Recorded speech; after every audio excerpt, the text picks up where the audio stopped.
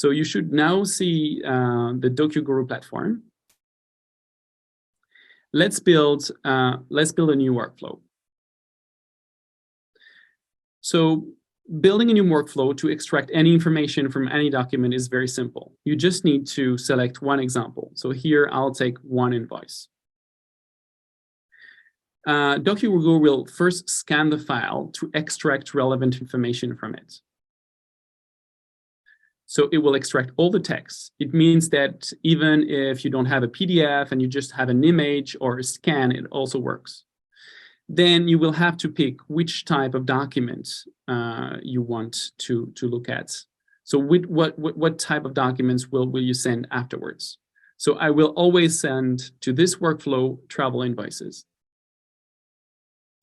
Then looking at the document and what usually people are looking for into travel invoices, the AI will actually suggest a few fields that I should probably extract and be interested to extract. Here we have the invoice number, information about the traveler, etc.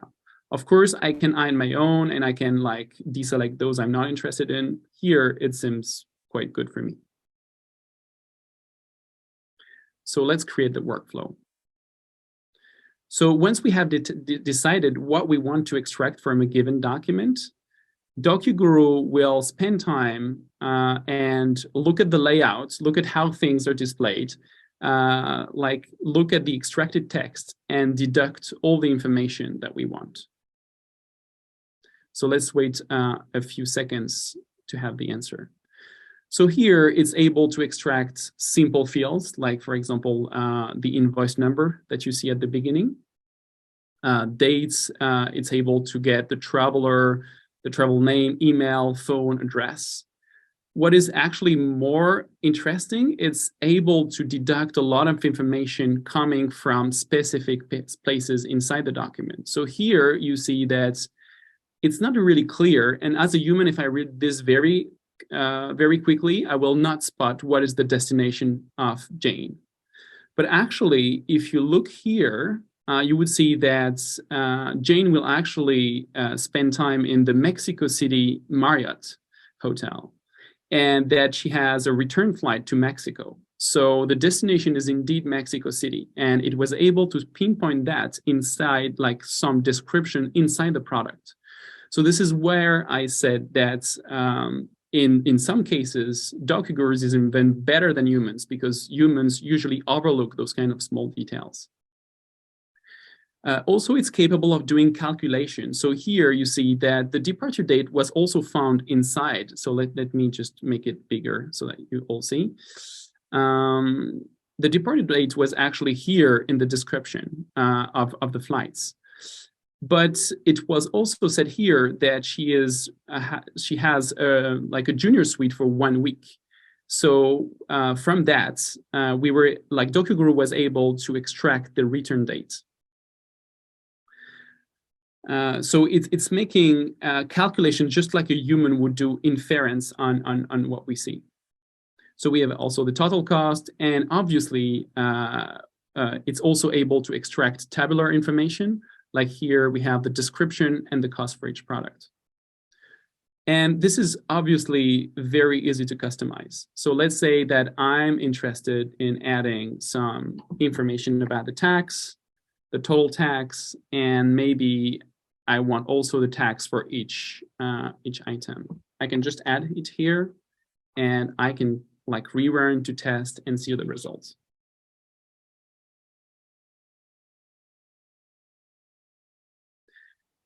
Once you actually publish, you can send a lot of documents that will be processed in parallel. So it's even quicker than the time you see here for processing one document.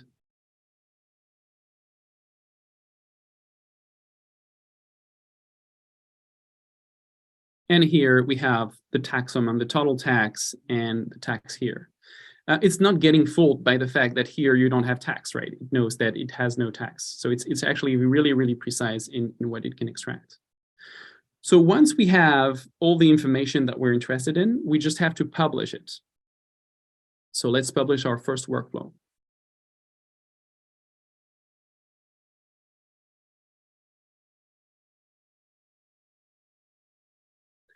Once the workflow is published, there is many ways of actually submitting the data. The simplest way is just doing manual submits, right? So let's take like a few other examples of travel invoices, and let's kick off the process. So we can see that the different invoices don't look the same, right? They're really different in terms of format. The fact that we use only one document to decide what we wanted to extract. So everything is indeed then very different. So we have directly the information we want in a very easy to use manner. But it doesn't stop there, right? Because maybe we want to do some refinements. So here, for example, the destination is, so sometimes it's an airport code, sometimes it's a city. So we want to have directly a city all the time. What we can do is just get back to the workflow and make some small adjustments. So here, for example, for destination, we can say always a city. If finding an airport code or airport output the nearest large city. So for example, we can have CDG, and this would be the Paris. So we do that, we change this requirement, we publish.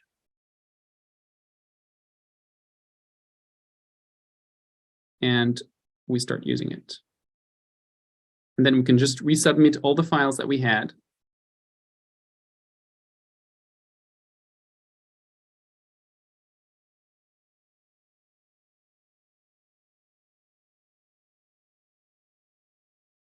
And this time, instead of having an airport code, we should have directly a city, that is. So here we have Melbourne, Colorado, Corfu, and Lucknow. So from that, we have directly something that we may be able to use in our systems directly without doing any other human interventions. So we can go actually pretty far. And here we've looked at like a document that was semi-structured, right? Our travel invoices are kind of structured, but we can even go further in completely unstructured documents. So for example, if we take an insurance letter,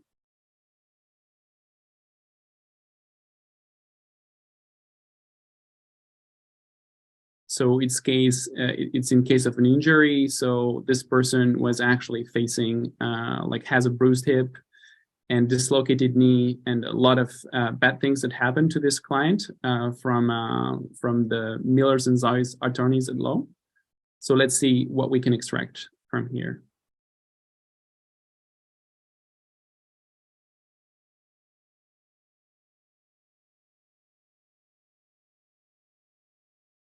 So while this is scanning the file, I'll actually start answering a few questions.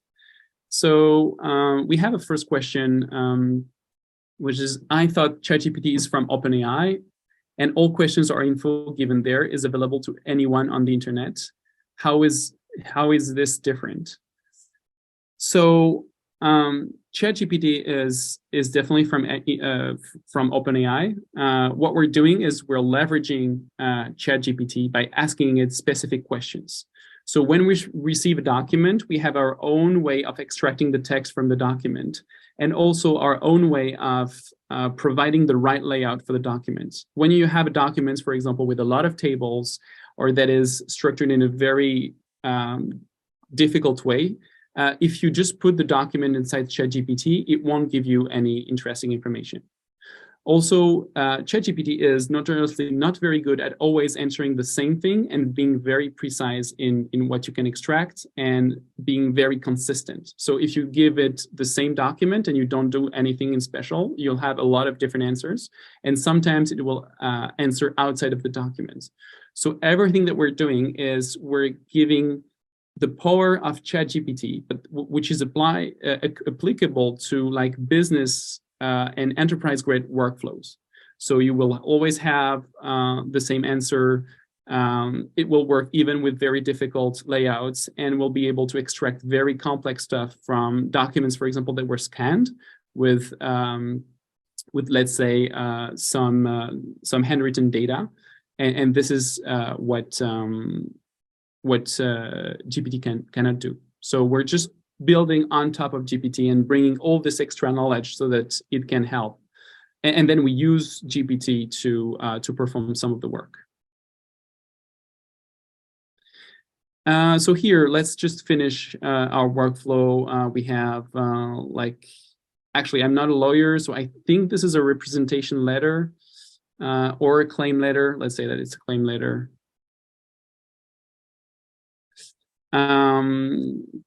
And here we have the sender, the recipient, the date, description, and amount. No, there is no amount here, so I'll just add a manual field, which is injuries. So what are the list of injuries that were detected here? And let's create the workflow. Could this tool be used in place of a CV parser? Absolutely. So this is one of the cases, and we can look at it afterwards. I can just upload a CV, but it's really good at CVs, and in particular, it's really good at CVs that are really sometimes really long and not really well structured. So it's able to reconnect all the information correctly. So if we have a little bit of time, I'll show you how to parse a CV. Look. So here, let's try to fix what we have here. So we weren't able to get injuries directly. Maybe we need to have more information of what we mean. So let's add, and let's say that we want a list of injuries. So all injuries. And for all injuries, we want a description of the injury. And let's test it again. So we're doing a live demo. Let's see what it can do. How long did you spend training models to be able to process the invoice so fast? So the model was, so the underlying model that we're using has been trained on the equivalent of billions of documents. So this is why we just pinpointed in the right direction. And it is something that you can change very easily to get exactly what you want. So it's actually, so the model that you see here was just trained on the spot, right? It is not something that we have done before.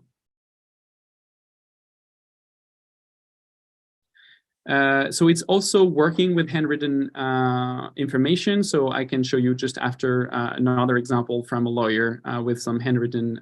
So it's handwritten invoice, handwritten letter, everything handwritten is actually working very good. So we had tests where we put some doctor's notes who are notoriously difficult to read, and it was able to read it very good. So what if the document is a very poorly scanned invoice, barely visible or partial text? So I'll try to find also an example for that. What is important is it's just doing like a human. So one example I saw recently is that the name there was a handwritten name that was very hard to read. So even for a human, it was almost impossible. But there was another part, also handwritten, but much better, where you had the email of the person. So you had the name which was extremely difficult to read, but then the email was easier to read. And just like us, Docuguru understood that the email was actually name.surname, and it was able to extract this. So if you can show me it working with a long and unstructured CV, I'll be thrilled. This is a particular challenge that we're facing. So let's see this. So we still have things to improve. Sometimes it requires a little bit of time and a little bit of thinking about, oh, maybe it's because I just say injuries. Maybe it's, this is why it didn't work. So let me try again. And let's see if if we can have a better results. Yeah, now I have all the injuries. So I did a little mistake here. Otherwise, I'll just show you one last resume. I'm not sure that this one is unstructured enough for you. But if that's not the case, we can just have, it's kind of structured. So resume. But otherwise, I can show you with pleasure on more complex. If you have more complex use cases, we can just talk about it after the meeting. But we've seen it and we've tested it on very long resumes, and it's extremely impressive. So I'm over 20 minutes, so I'll be handing over to you, Oliver, to continue.